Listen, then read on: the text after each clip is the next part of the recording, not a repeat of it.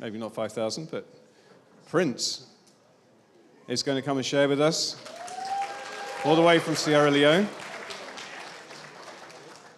You need a tie mic. I will not be asking. Okay, so we're going to do a bit of a duo here. Prince has incredible stories, but he's not a natural storyteller. No. So my job is to try and elicit out of him some of his stories. But there's so many different ones we could go into, I don't quite know which one we'll end up going into. So if it's a surprise for you, it's a surprise for us, quite what we'll do today. So have we introduced Prince that he's here? Have we done that? Did we say hello to Mary as well? Oh, Mary, just stand up and do a kind of a Queen's wave to everyone. Yeah.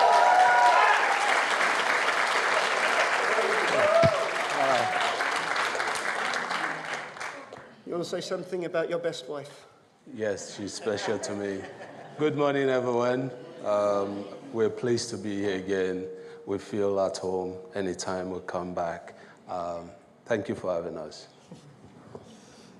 It's getting to a point now that we almost can't introduce you as guests. You just feel so familiar to us. Okay, so Prince has quite a dramatic life, plenty of exciting things, and so trying to get some of the stories out of him has been my life's work, really. And when he was here in January, both he and Mary did a fireside chat, and I think we entitled it something like Tested by Fire, and we looked at a number of occasions because I'd actually taken the time to sit with Prince, and I said, how many times has an event or a group of people sought to undermine what God has called you to be or what God's called the work in Sierra Leone to be? And we counted up about 12 different times there was a serious attack on the work. And that's now up to 13, possibly 14 since January. So we can't keep track of them all. But as Prince was sharing, he often uses this phrase, when God says yes, nobody can say no. And so what I wanted to do this morning was trying to unpack a little bit about, what do you mean by that? Where did that phrase come from? How have you seen that that's God's promise, and how have you seen that that's actually worked out in your life? And to do that, we'll try and delve into some of these stories. So you might not be able to see much of it, but more as an illustration. Here are some of the things that we recorded could have undermined the work. Most of those Prince has been first-hand involved in. So Prince, tell us a little bit about, what does this phrase mean to you? When God says yes, nobody can say no. Over the years, it became apparent to me that my destiny is anchored in God. Even when I never knew that He was with me while I was struggling in life, while I was living in different stages in my life, I never knew that He'd already had a plan for me. Of late, it became apparent to me that, yes, it was God who was with me. Otherwise, I would have not been the person I am today. So there was a process of really learning who He is. And you talked to me about the idea of realizing He's the Alpha and Omega. Sure. Even when I never knew, like, the actual beginning of my own life, others will have to tell maybe my grandparent, but God knew all those background of my life, and even the destination of my life.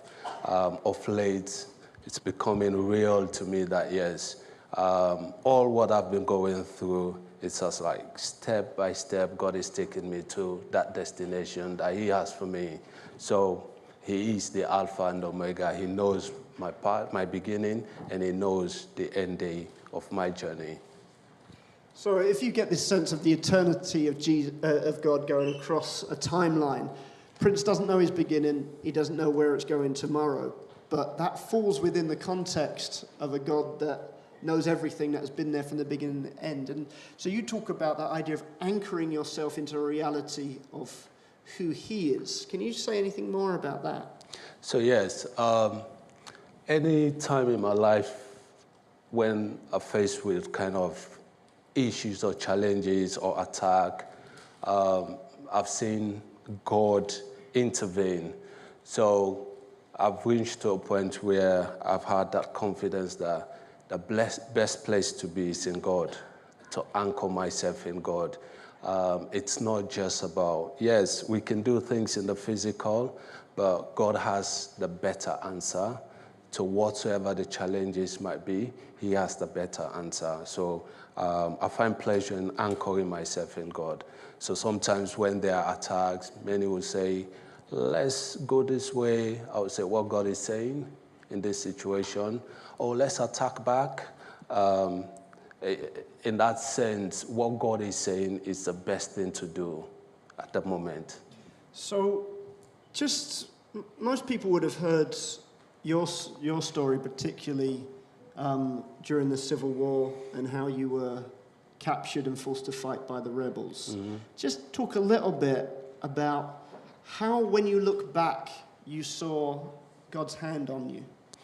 So one of the things that we reflect on, there are so many things. One of the things I reflect on, I remember when I escaped from the rebels, the jungle I came, actually one of my cousins told me, you know, we used to go to church, but for a very long time, Prince, now the kind of way I'm seeing you, you're not going. Talk to me about Jesus Christ. Again, just reminded me, but I wasn't that much anchored again for that period of time I've been in jungle. But when I went to the village, I realized they've already done my funeral. They got the news that I've passed away, died. They've done the celebration. They've done my funeral. And it was like, oh, a ghost has come. When they got the news that Prince has come, they called lots of elderly people and they were crying, trying to prove if I was really a human being, they would come and touch me. And I'm like, yes, I'm not a ghost. But later I realized that, okay, this was actually what was going on. These people have already done my funeral. They've done with me. There's nobody like Prince. But God actually has a bigger dream behind the scene. And funnily enough, by then the rebels and the Kamajor, I had some cousins who were Kamajors. Just explain Kamajors. These Kamajors were local trained community fighters who were fighting against rebels. So remember, we are like relatives. They were like, oh, we can't allow Prince to enter into our towns because he's been once rebel. Even though they've celebrated, they've already done my funeral, now they're saying Prince is coming back home. No, we are not going to allow him to enter here because he's been a rebel. They never believed in me at that point. But for me, it was painful, honestly. It was really, really painful. There was nowhere to go and complain and get solace. The only place was God. And I never had that kind of stronger relationship with God at the time, but he was able to give me the courage. When there, a lot of people cried, and I left the village and came back, continued my schooling. So when reflecting back, all those things that happened to me, I'm like, oh God, what were you really teaching me throughout this process? Is it resilience? Is it kind of showing me actually your love, your mercy? And I started seeing the reality of God, even when I never knew that he was with me. Those days, I've started reflecting back, he was guiding me throughout those tough times. So you were 15 when you were captured? Yes. And you were with the rebels 16, for 2 years? 2 years. About 2 years. And you were saying about sometimes they would recruit these boys or teenagers and teach you how to fire a gun, send you into a battle. Yeah. And there were times where you didn't feel that the order that you were given was the right thing to do. But yet, when you look back on it, you recognize that was probably God's direction. So they'd be telling you to run at a gun, and you'd know, no, now's not the time to run at a gun. And even though they were threatening you... Yeah. Well, especially on the battlefront, most times the rebels will use the younger ones, children, they call them the new recruited boys, SBU, small boys units. They will use them as human shield. They will train you within a short period of time how to use a gun. You have to be very smart, otherwise the gun will be in your hand. You can't just be disarmed by your enemy. So sometimes we'll go to the war front and they will say, advance. They'll be shouting, the trained soldiers, rebels, will be saying, advance, advance. In that setup, you don't just have to advance like that because your enemies are there looking out for. If they see you, they will shoot at you. So for me, at sometimes they'll be shouting, advance, even coming, kicking at the boat, but you just have to lie down and wait for the right timing. I would not say I was smart, no, but God guided me also through that. There were some guys who could not actually, the moment they shout advance, they would just stand up and start without knowing the environment, where tactically the enemy is located. And a lot of young people lost their lives during those times. But sometimes I'll be lying, they'll be kicking me. So just comfortable lying. They'll come and kick, move on, guys. But the long and short of it, God took me through all these difficult times. So some of what I'm hearing Prince saying is talking about some of this stuff is not appreciated in the time. It's sometimes looked back and seen. And when you jump back and see all of these different things that Prince has experienced, while we were singing some of those songs earlier, Neil said, what are the battles that you're facing? So these are battles. You guys are facing battles. Not necessarily the same as this, but there's battles. And being able to declare, hallelujah, God above it all.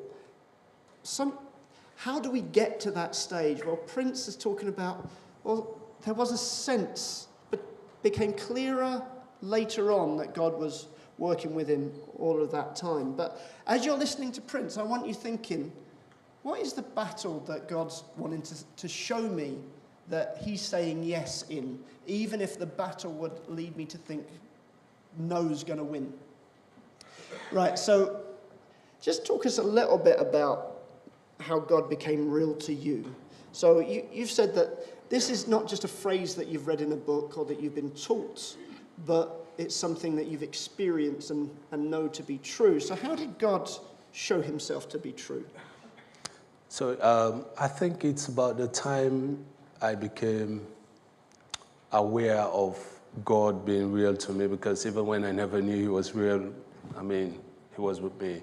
But around 2009 to 2010, even when I was working within LifeLine, I never knew that we had people within who are actually seeing me as a threat, working against me. I never knew at the time. But my focus was what God has given me within LifeLine to do at the time. Even when Nathan, you visited Sierra Leone, even in that meeting, I was not on the list at all to even attend the meeting. So let me just give a bit of context. So the work that was started by Richard Cole, the founder, rescuing child soldiers in the kind of early to mid-1990s during the heat of the Civil War. Prince was one of those that was brought into the home. He was actually rescued by Richard Cole. He was pickpocketing to survive. After he realised he couldn't stay in his village, he moved to Freetown, the capital, and was living on the streets trying to just pickpocket, survive like that. One day he was caught red-handed, and they started saying, this is a rebel, this is a rebel. Now, if you can imagine, in a civilization where all law and order had fallen apart and people had witnessed or heard about the atrocities that had been going on, people took it into their own hands to eliminate threats. So here's a mob calling for Prince to be beaten to death right there. a man called Richard Cole wades into this mob and pulls Prince into a waiting car and rescues him, takes him away, brings him into his own home, talks to him, shows him love and care for a couple of weeks, and then brings him into what was known then as the Nehemiah home, a rehabilitation centre, to see boys that were traumatised by war re-established, and really through the power of the gospel. Sadly, in 2006, Richard passed away, and so there was this kind of a gap then of who is going to carry what Richard Cole had once stood for, because all that we could see was all the leaders that were left, that were around Richard, were fighting each other, who got to have control, who got to access all of the resources within LifeLine Nehemiah. And so we from the UK thought, it's all over. Everything that Richard Cole had built is all over. But in 2009, Nathan said, I think we should go and see if there's any of those young guys that Richard rescued that have the passion and the vision. So in 2009, we arrived there. We were given a list by the leaders of who should come to this mini conference that we're putting on. Prince was not one of the names put forward, but PJ used his intelligence and his ideas to say, this guy Prince needs to be there.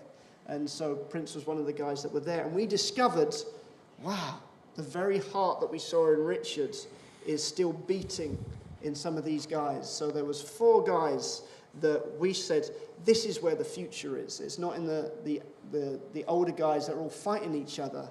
At that stage, the funding was drying up or being siphoned off. Everything was in pretty much disrepair. And there was no father figure like Richard. Just describe what a normal day was, because you still had some funding to go to university. Yeah. We used to get support from the UK for education, university fees. During that period, as I mentioned a few minutes ago, I never knew that I became already a threat to some people who are in leadership at the time. I was just doing my own thing because I believe in the vision that God has called us. We should do our own. We should make ourselves available to be used by God. So at one time, I asked for my university fee. I was almost driven from university. They said they've sent my money actually, but the money went to Ghana and fell into an account in Ghana. That was a starting point of another tussle we had back and forth to a point I almost dropped out of university, my course. But I met with the dean and had this conversation for the first semester just to take my exams. Fast forward, after the conference with the other guys together, we met and said, of course, they said we should close the school, and we were like, no, that's not what actually, we don't believe that's what God is saying. When I said, they said, the leaders by then, they called a meeting, they said, should close the school, the home should be closed, and we said, no, that's not really God, what God has called us for. By then, there was no money. There's nothing like what you could use at the moment to say, oh, yes, we can continue with this. But we thought deeply that God can use us to really transform the current situation. So after the workshop, the conference, we had a meeting at Hotel 510 with you and Nathan, William, P.S., Leonard. We had this meeting and we said, we want to continue. Just after that, by 2010, it became apparent that already I was on the list, a kind of blacklist of the leaders. And they called us to a meeting and said, Prince, now you either join us, that's the Edward Cole's team, you either join us or you fight against us. So I'm like, no, I'm not really fighting against anybody here. We're just doing what God has given, because in the morning we have to think how to survive, get to the market and get something to eat. get to university, walk up to 25 miles off, back and forth. You come again, you have boys who will have to go to school. They have issues, you have to sort out those issues. So there were critical things, more important things to give attention to than even fighting against one another. So the political climate just around the Nehemiah there was a tussle over which guy that was there leading when Richard Cole was there it really influenced the work. Meanwhile, Prince and the guys are actually dispatching some of the Nehemiah guys to go to the marketplace when it's closing to try and beg for scraps. They bring back the scraps, they divide it, that's their food for the day. I mean, that was the level of poverty that they were living in. Prince had funding for university, but not for anything else. I think you did a computing degree without a computer, which is challenging. But you used to walk the distance because you didn't have transport. Yeah. And then you'd be getting home. Not only are you trying to catch up with your work, you've then got a line of 20 boys that have all been falling out with each other during the day and now need effectively the big brother to sort it all out. So I remember when we came in 2010, you just kept on falling asleep. Yes, I mean, there was no kind of calendar you manage your time, because even around 12 a.m., 1 a.m., you'll have guys who will come just to tell you issues. So you have to give them audience, and that was how the life was just is at the moment. So then in 2010, there's this tussle over where you put your allegiance between the two factions. And up until that point, they were happy just to ignore you. But now your profile was being raised, and you are now becoming more of a threat. So that was, first of all, trying to get you on the side. But then when you didn't play ball, what happened next? So before even they started calling me to join a side, the church had already closed because they fought there, the membership, I mean...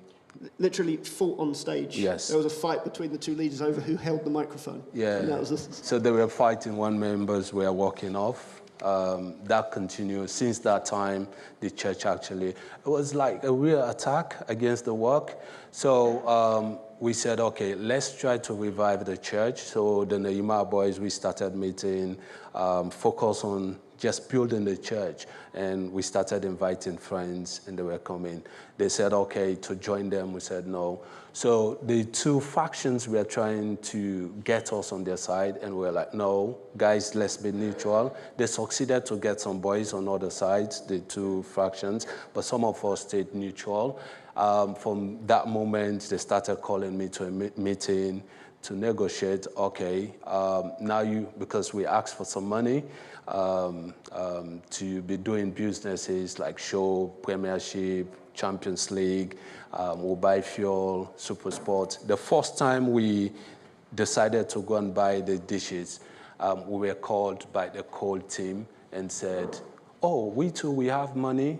That's the same business we wanted to do. And we're like, okay, that's fine, but please allow us to continue with our own business as we've already designed. That was also a battle.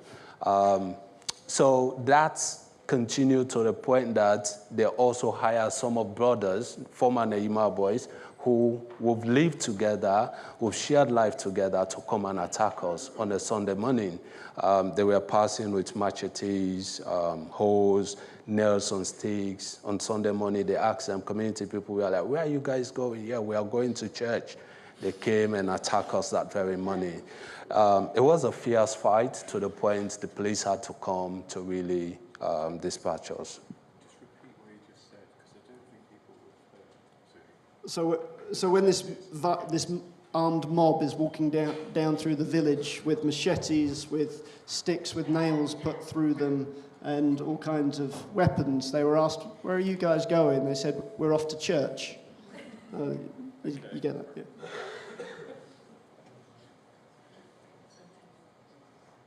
So you had to literally fight for survival. at Yes, that point? at that point, it wasn't anything about negotiation, but it was about fight. We needed to fight to protect the younger ones, protect ourselves. They injured 2 of the boys. We took them to the hospital. They too ran off. We disarmed some of them. Those that brought knives and cutlasses, we disarmed some of them.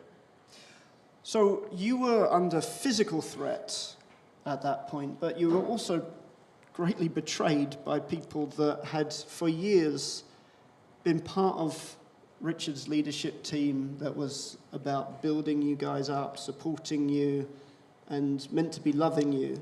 And then at this point, you've experienced all this. Now, it's common to either have 2 responses. One is to run away, say, no, this ain't going to work, I'm going to keep away from this, or automatically to fight all of the time. But you felt to navigate as best as you can, to remain neutral, to not return hatred. So you said even though they were regarding you as an enemy, you never regarded them as an enemy. Yeah, exactly. And I think that's, for me, that was the most difficult aspect for all of us that were really working together. Because even the team members, some will say, these are guys that we need not to even talk to. But at some point I would say, why should we not talk to them? I was not actually considered them to be enemy. I saw them at some point that, yes, they made themselves available to be used by the enemy against us. Because this was something like, yeah, we're training boys to be leaders. These were things that they've been saying over the years. These were words that they've been praying for over the years. We've had them, sat together in the room, they've talked about this. All of a sudden, what they've been talking about was just seeing them walking against the thing that they've been talking about. I was like, no, this is not just physical. This is something that they've made themselves available. So I try to engage the guys, and sometimes even those that you try to show love, they break your heart. It's painful sometimes, and for us it was difficult because when Richard was alive, sometimes you go and meet Richard, this is what I'm struggling with. But now there was nobody that you could run to even have this conversation with. So did you get anxious or Definitely, fearful? yeah. Just explain a little bit about that, the evolution for you. So as you became more confident in God, how did it affect your attitude and your behavior in all of these different conflicts? So reflecting back, I think that's the point where really it became more clearer that God was really with me in the process. Because before this time, in Mende we have this saying, Elongoma, I will not forgive. I will retaliate, those kind of things in the past. But I reached to a point where someone would do me something, will help me, but instead of reacting, I would choose to forgive. I remember 2010, 11, 12, when I came here, John talked to me about forgiveness, acceptance and forgiveness. So I went to Daniel, and Daniel gave me some books that related to those kind of subjects. I was reading, and I came across, these were the very things that I've been doing. I never knew that these were the things that really God wants. And I took those books back home and started reading, sharing with the team. And that helped me really to anchor more in God, because before I was just doing it, I had peace, people hurt me, but I was having a peace even in the process. But after reading those books, I realized, I'm on the right track and God is in this. And the inner peace is something that I've relied on. When the Spirit of God is with you, you have inner peace. Sometimes even when everyone is laughing, when my spirit man troubles, I'll be worried. But even when people will be shouting around, things are happening, I have inner peace. God has helped me through. And the more get more relationship with God, stronger relationship with God, the better understand how God operates in this particular subject that we are talking about. When I heard you speak, I kind of see the 3 stages of how you begin to really base your life on who God is. And so, first you've got to realize the promises that God makes. The promises that he's with you, will never forsake you. Effectively that phrase that when he says yes, nobody can say no. So you know it in your head. Yeah. So you got a head grasp. Then there's a point to which the reality of that kind of comes down to your heart. You actually believe these promises. That it's not just contained in there, but there's a desire to live as if it's true. But then almost it's got to get to your hand where you can actually wield the truth like a sword, like a weapon, where you're able to keep hold of what he says even when everything on the ground seems to contradict that and undermine that. And there was a couple of phrases that I remember that came to mind. So V.R. Edman said, "Never doubt in the dark what God has taught you in the light." Would you say that there were temptations at points where everything seemed dark, that you started just accepting that it was just dark? Yes, humanly speaking, at some point I felt, if I started asking myself, why am I still here?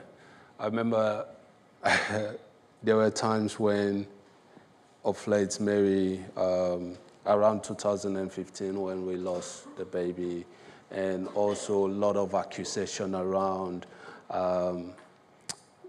Mary and I sat back and we were like, what are we really, why are we still here? Why are we still here with all these things?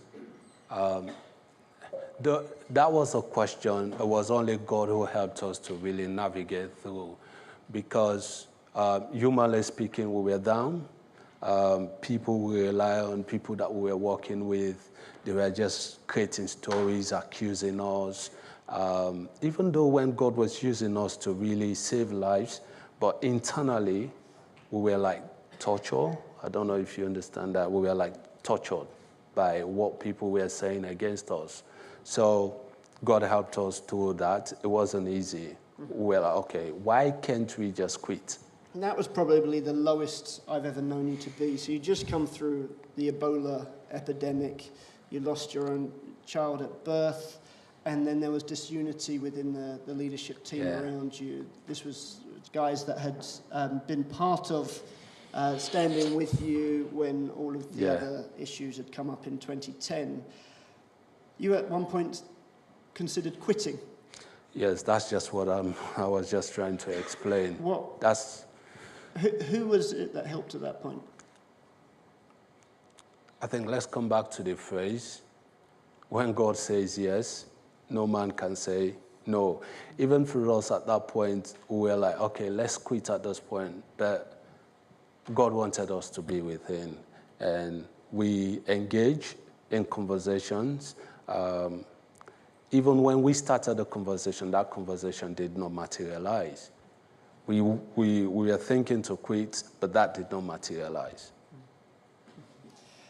I saw this clip, which I thought kind of describes or illustrates a little bit of what life can be like. So sometimes we can be on the ground level and it's completely overcast like this. We can be overwhelmed by the negativity that's around us, and we can just start interpreting life from that.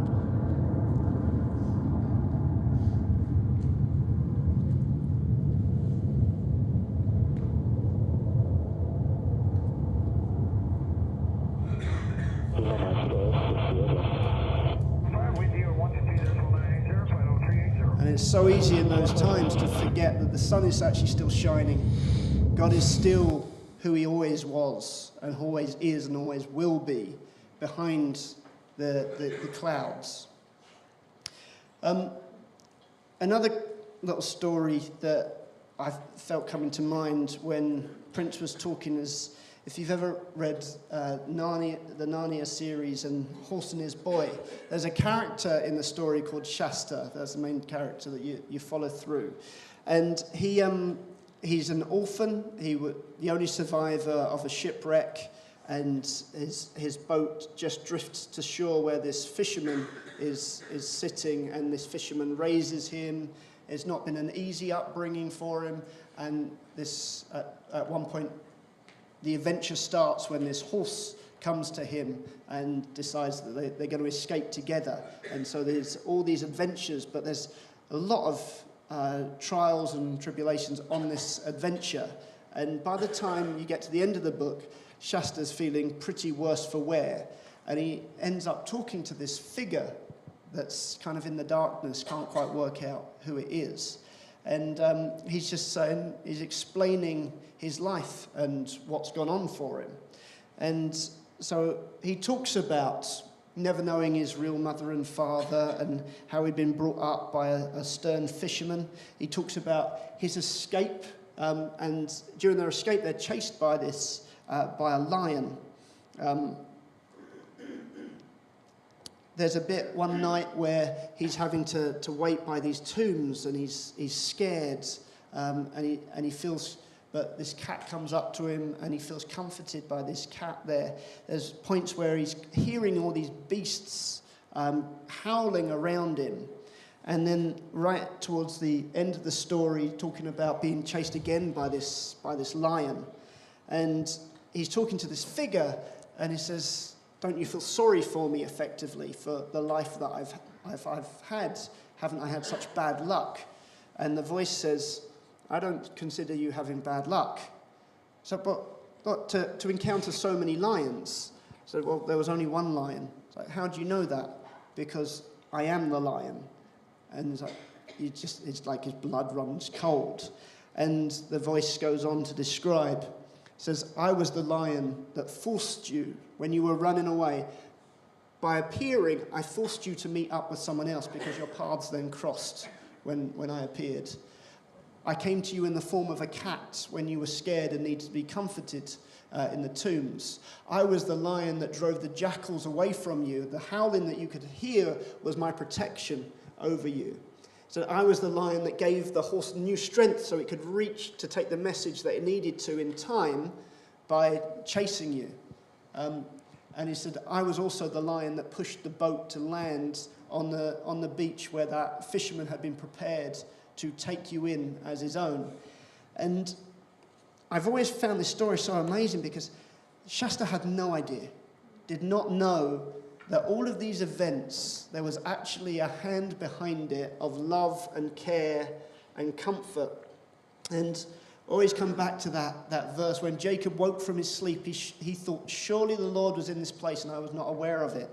How often are we unaware? How often do we want to talk about how unlucky our life has been or how grey the clouds are? Yet God wants to run his narrative over top of our action replays. He wants to show how he was there in those times that we didn't know it. Just like Prince could describe, even when he was in the jungle, when he looks back, he said, "The hand of God was on me. He was always close to me. He was always loving me. He was always saying yes, even though everybody else was saying no." So Prince, how do I get this confidence in God that you've described?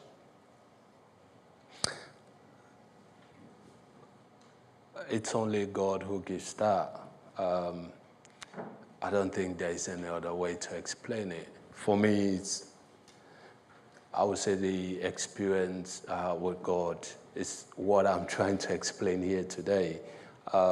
So God has the destiny, our destiny, each and every one here, our destiny is in the hands of God. How can we just align our very purpose with that of God? So choose to listen in God, choose to operate in God, choose to do that which the Father wants us to do, but start with relationship with him. I think that's very important. So Martin Luther has this phrase. He said, "I know not where he leads me, but well do I know my guide." we don't necessarily get to know how the plot is going to twist, but we can know the author of our plot. And that's an invite for you today. So as a response, you might consider inviting him to reveal how close he was to you when you thought you were alone. You might want that Shasta experience. All my life, I thought that I was having to fight my own corner, thinking I was having to make my own story. But little did I know, just as he promised, he will always be with us even to the end of the age. So maybe that's the thing that you want to say, God, I want you to speak your narrative over my story now. I want you to change how I saw my life up until this point. You might want to do what Prince is saying, like, God, I want to know you better. My confidence in my future is not about knowing how it's going to end or how it's going to unfold. It's about knowing my guide. I want that. Perhaps you're facing a challenge right now, just like Neil was saying to us. And you've got a choice. Am I going to choose to believe the sun is still shining behind the clouds? Is he still Lord of all? Can I still declare, hallelujah, God above it all, even in this situation? And when we take that position, I think something true will land for us. Prince, have you got any closing remarks? Well, it's just an encouragement. God loves everyone, all of us in this room. He cares. It's about believing in that very truth and rely on God in whatever situation we are in at the moment. Don't allow the lies to take over you, but let's anchor ourselves in that truth. The fact that God loves us, he will not allow those things around us pulling us down to swallow us. He will take us through. Thank you.